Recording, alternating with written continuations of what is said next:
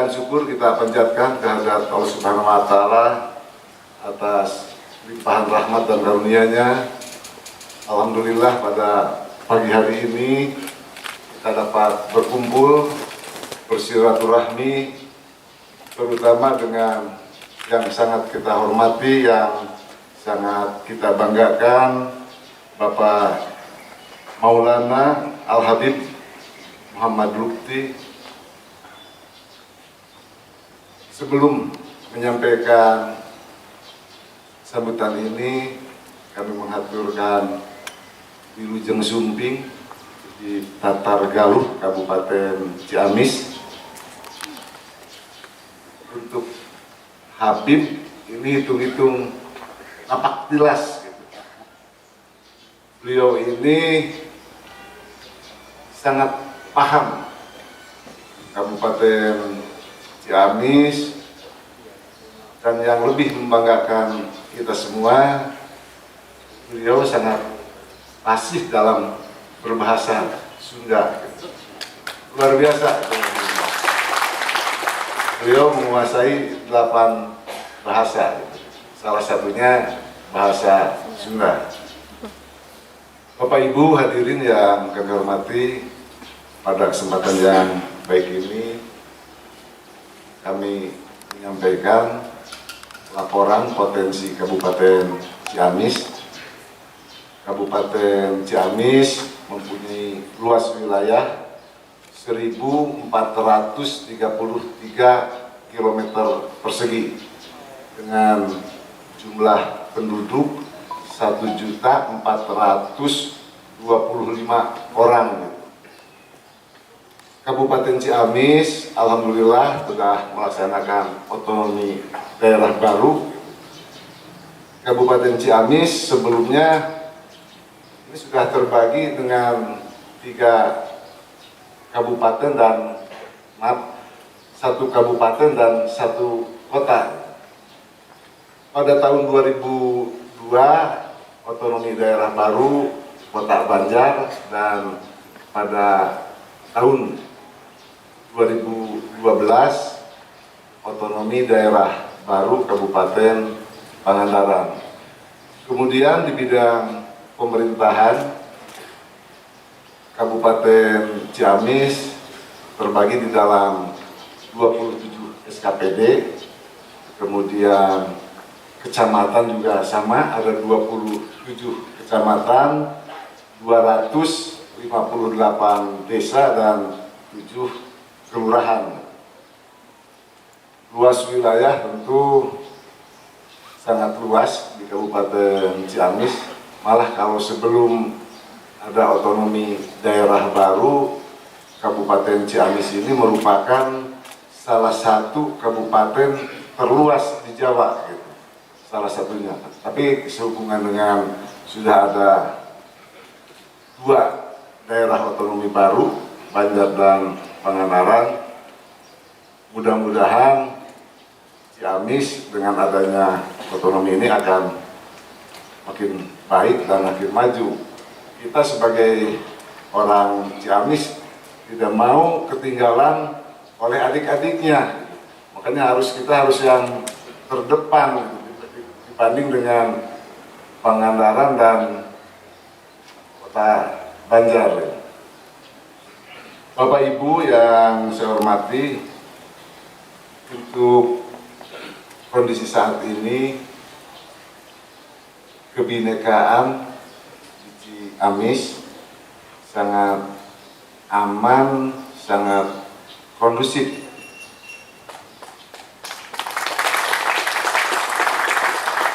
Alhamdulillah berkat saling toleransi, saling menghormati satu sesama lain.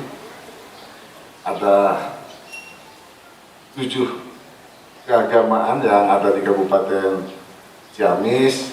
Saat ini alhamdulillah kita bisa toleransi dan bisa melaksanakan ibadah secara aman dan tenang di ke-6 agama yang ada di Kabupaten Ciamis. Ciamis merupakan satu bagian dari Indonesia dan masyarakat Ciamis sangat welcome menerima dari masyarakat penduduk dari luar Kabupaten Ciamis. Kebetulan tercatat sangat banyak sekali penduduk yang ada di Kabupaten Ciamis, dari Sabang sampai Merauke. Ini ada penduduk yang sudah malah menetap di Ciamis.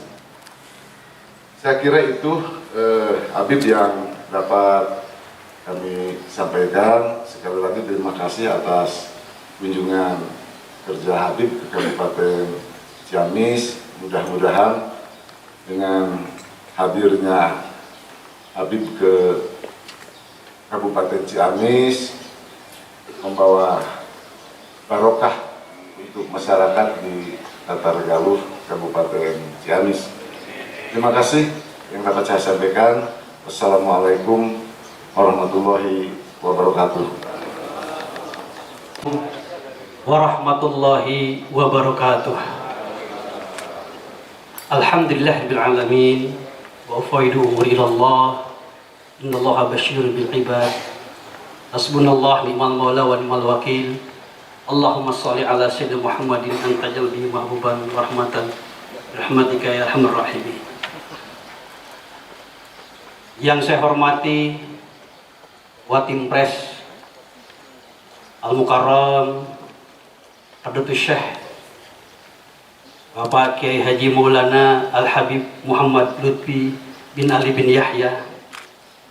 Kita doakan mudah-mudahan beliau sehat dan panjang umurnya. Karena Indonesia butuh sosok seperti beliau. Beliau adalah orang yang benar-benar memahami keragaman, memahami denyut nadi masyarakat Indonesia.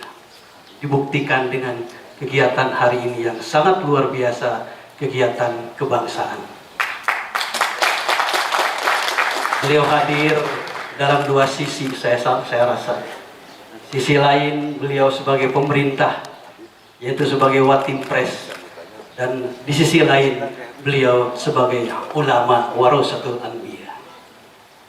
Yang saya hormati Bupati Ciamis Bapak Adiat Sunarya. Yang saya hormati Kepala Kelompok Staf Ahli Kodam 3 Siliwangi Brigjen TNI Agus Supoyowinomo. Dan yang saya hormati Irwasda Polda Jabar Kombes Polisi Dr. Sahri Gunawan MH. Dan yang terhormat Ketua DPRD Kabupaten Ciamis Bapak Nandang Permana. Dan yang saya hormati Wakil Bupati Ciamis Bapak Yana Daputra. Saya hadir mewakili Pak Gubernur. Mohon maaf Hadratus Syekh Al-Mukarram Habib Pak Gubernur tidak bisa hadir pada kesempatan ini dan mewakilkan kepada saya. Mudah-mudahan tidak mengurangi rasa hormat dan hebatnya kegiatan kebangsaan di wilayah Ciamis dengan kehadiran saya mewakili Pak Gubernur. Saya hadir bersama rombongan Kabiro Yan Bansos Provinsi Jawa Barat dan juga Kabiro atau Kesbangpol, Kepala Dinas Kesbangpol Provinsi Jawa Barat hadir, dan juga staf-staf yang lain mengikuti hadir pada kesempatan hari ini. Ucapan terima kasih pada Hadratus Syekh Al-Mukarram yang setelah datang di wilayah Jawa Barat, di berbagai daerah beliau melaksanakan kegiatan dengan tujuan untuk mempersatukan bangsa yang sangat majemuk ini. Kami yakin kegiatan beliau pada hari ini dan hari sebelumnya dan hari yang akan datang membawa kemaslahatan, membawa kebarokan dan membawa kebahagiaan untuk bangsa dan negara. Jawa Barat alhamdulillah aman dalam segalanya, kecuali dalam bidang ekonomi dengan adanya COVID agak menurun. Kemarin kita sudah bangga sebagai gubernur dan wakil gubernur Jawa Barat, ekonominya naik 5,6%, melebihi kenaikan tingkat nasional. Tapi begitu ada COVID, terjun bebas, menurun lagi. Kecuali sektor pertanian yang masih bisa diandalkan, naik tahun ini sampai 7%. Jawa Barat di bawah kepemimpinan Kang Emil, khususnya dalam menangani COVID, alhamdulillah dapat pujian dari berbagai pihak, termasuk dari tingkat internasional. Bahkan diizinkan negara-negara lain untuk menjadikan rujukan Jawa Barat dalam penanganan COVID pada hari atau dalam saat ini. Ini menunjukkan bahwa di samping kehebatan Pak Gubernur dalam memimpin, juga kebersamaan dengan masyarakat Jawa Barat.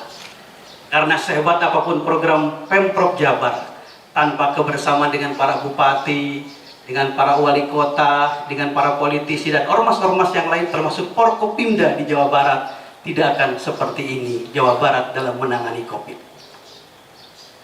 Kita tahu Indonesia dilahirkan atas kebersamaan.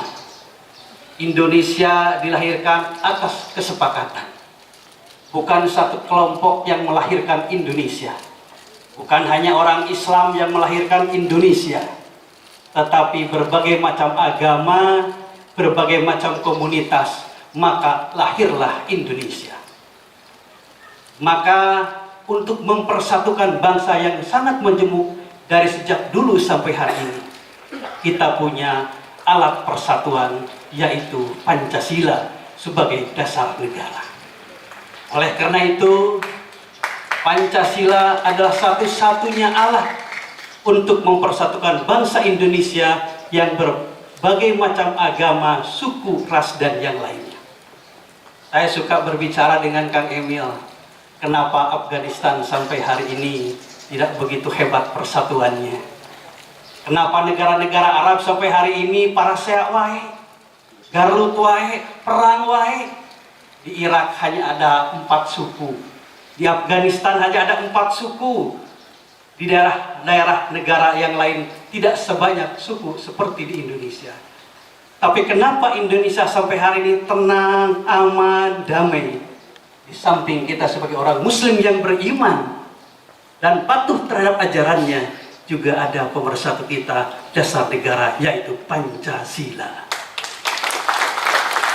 Jadi sudah bukan saatnya lagi kita mengotak-ngatik, membicarakan tentang Pancasila, membicarakan tentang dasar negara, tapi justru kita harus menguatkan tentang dasar negara dengan membangun Indonesia dalam bidang ekonomi, politik, dan juga dalam bidang hal-hal yang lain, pembangunan menuju Indonesia yang lebih maju. Justru langkah dan gerakan beliau Hadratus Syekh Al-Mukarram Habib Lutfi yang hari ini keliling ke berbagai provinsi, bukan hanya Jawa Barat yang kami tahu. Karena Pak Emil pun waktu bercerita kepada saya, Pak Ubu, saya diundang oleh beliau ke sana, ke rumahnya, yang dibicarakan adalah tentang nasionalisme dan kebangsaan. Jadi beliau tidak hanya memikirkan tentang komunitas Muslim, sekalipun beliau adalah sebagai tokoh agama. Dibuktikan hari ini di wilayah Priangan Timur, di samping datang ke pendopo, beliau akan datang ke rumah-rumah ibadah agama yang lain pada kesempatan ini, menunjukkan beliau adalah seorang pemimpin yang benar-benar memahami masyarakat Indonesia.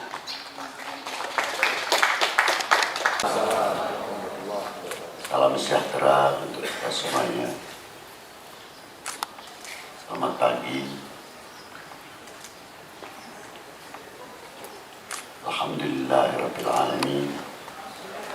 Wassalatu wassalamu ala asyrafil anbiya wal mursalin wa ala alihi wa sahbihi ajma'in, amma ba'du. Yang saya hormati, yang saya banggakan, Bapak Gubernur Jawa Barat, Bapak Wakil Gubernur Jawa Barat yang mewakilinya, Bapak-bapak dari Forkominda Jawa Barat, Bapak Bupati Ciamis, serta Bapak-bapak dari Forkominda Kabupaten Ciamis, Bapak Kapolda, Bapak Pangdam atau yang mewakili, Bapak-bapak dari instansi pemerintahan, sipil, TNI, Polri yang selalu saya banggakan, saudara-saudaraku, para tokoh agama, para alim ulama yang selalu saya doakan karena beliau-beliau adalah penyejuk daripada umat, mengisi dan menyegarkan rohaniah setiap umat. Dan yang saya hormati Bapak Dandim, Bapak Kapolres, Bapak Kejaksaan Tinggi, Bapak Camat Badan Ramil, serta jajarannya, hadirin al-hadirat rahimahullah. Saya tadi agak tersentuh oleh ucapan atau dahum dari Bapak Wakil Gubernur. Memang itulah yang menjadi pemikiran saya khususnya. Mengapa sementara waktu ini nasionalisme kita kok melentur? Dampak daripada melenturnya nasionalisme ini pasti akan membawa yang mudah timbul sifat basa bodoh. Ternyata sedikit demi sedikit saya pelajari kurangnya pelajaran sejarah. Dari sejarah kebangsaan, sejarah agama,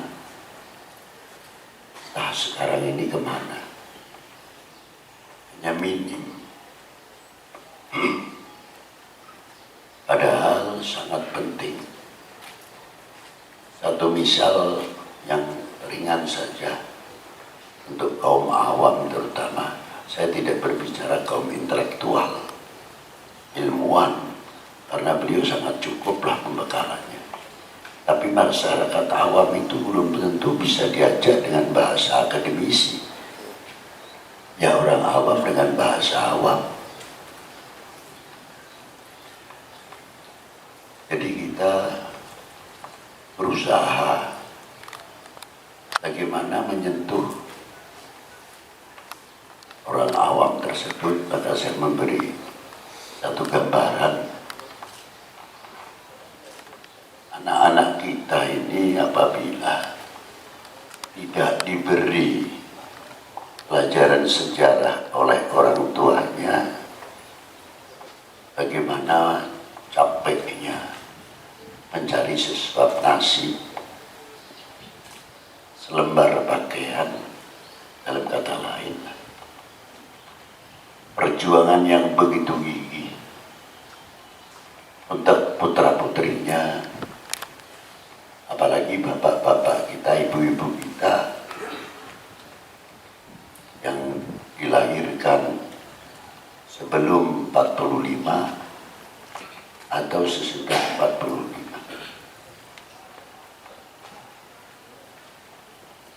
Keterbatasan dalam gerak ekonomi dan lainnya masih tersekat-sekat karena situasi dan kondisi.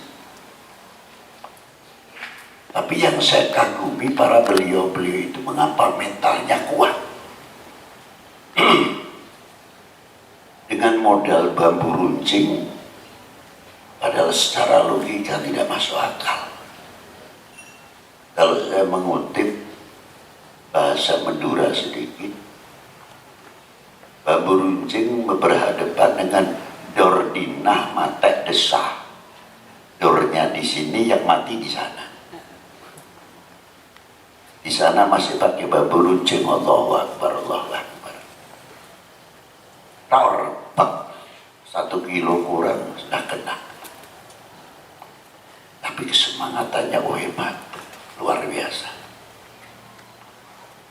Tidak merasa takut. Itulah para leluhur kita yang ikut andil dan menjadi pendiri bangsa ini. Bagaimana kehidupan orang tua itu pada waktu itu? Sekarang saja alhamdulillah, tapi ya masih ada juga orang tua kita membesarkan anaknya pagi hari sudah bangun. Sebelum subuh terkadang naik truk campur dengan sayuran, sampo, dan lain sebagainya. Apalagi kalau kita lihat Jakarta jam 2 malam, ibu-ibu itu sudah pakai sepatu kap plastik, duduk di atas drum plastik isinya es dan ikan laut. Saya merasakan dinginnya itu kayak apa. Dan saya pernah bertanya, satu ibu-ibu di Pekalongan itu dari Simbang ke Pekalongan kurang lebih 15 kilo. Itu mulai berangkat ibu-ibu jam 10 malam sudah mendorong gerobaknya isinya kayu. Nanti istirahat di satu musola, masuk ke Pekalongan jam 12 atau setengah 12. Yang suami menarik gerobaknya, si ibu-ibu ini mendorong. Saya tanya, Bu, Pak, apa tidak capek begini? Jawabnya ibu itu luar biasa. Nah, apabila saya tidak tertuntut untuk anak-anak, siapa orang sih yang mau capek? Saya tidak mau mempunyai generasi seperti saya ini. Saya SR saja tidak tamat, apalagi SMP. Maka saya banting tulang ini cukup dengan pengalaman. Saya tidak mengharapkan regenerasi ini harus mampu menjawab tantangan umat dan tantangan bangsa. Saya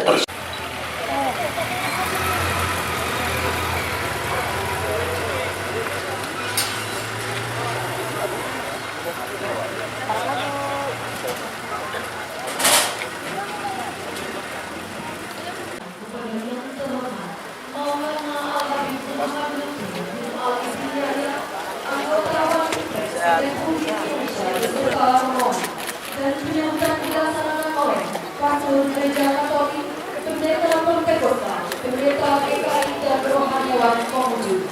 Selanjutnya pengakuan oleh Bapak Purwanto Wisjaya sebagai perwakilan dari umat Konghucu.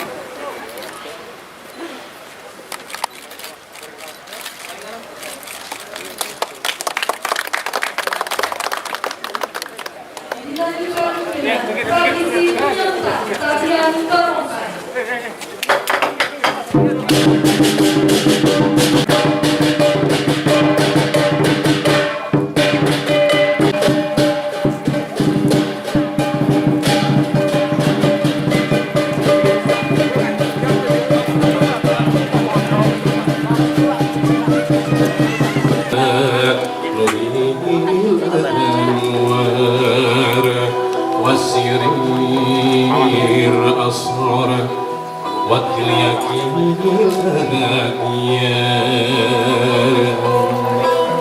ومقداه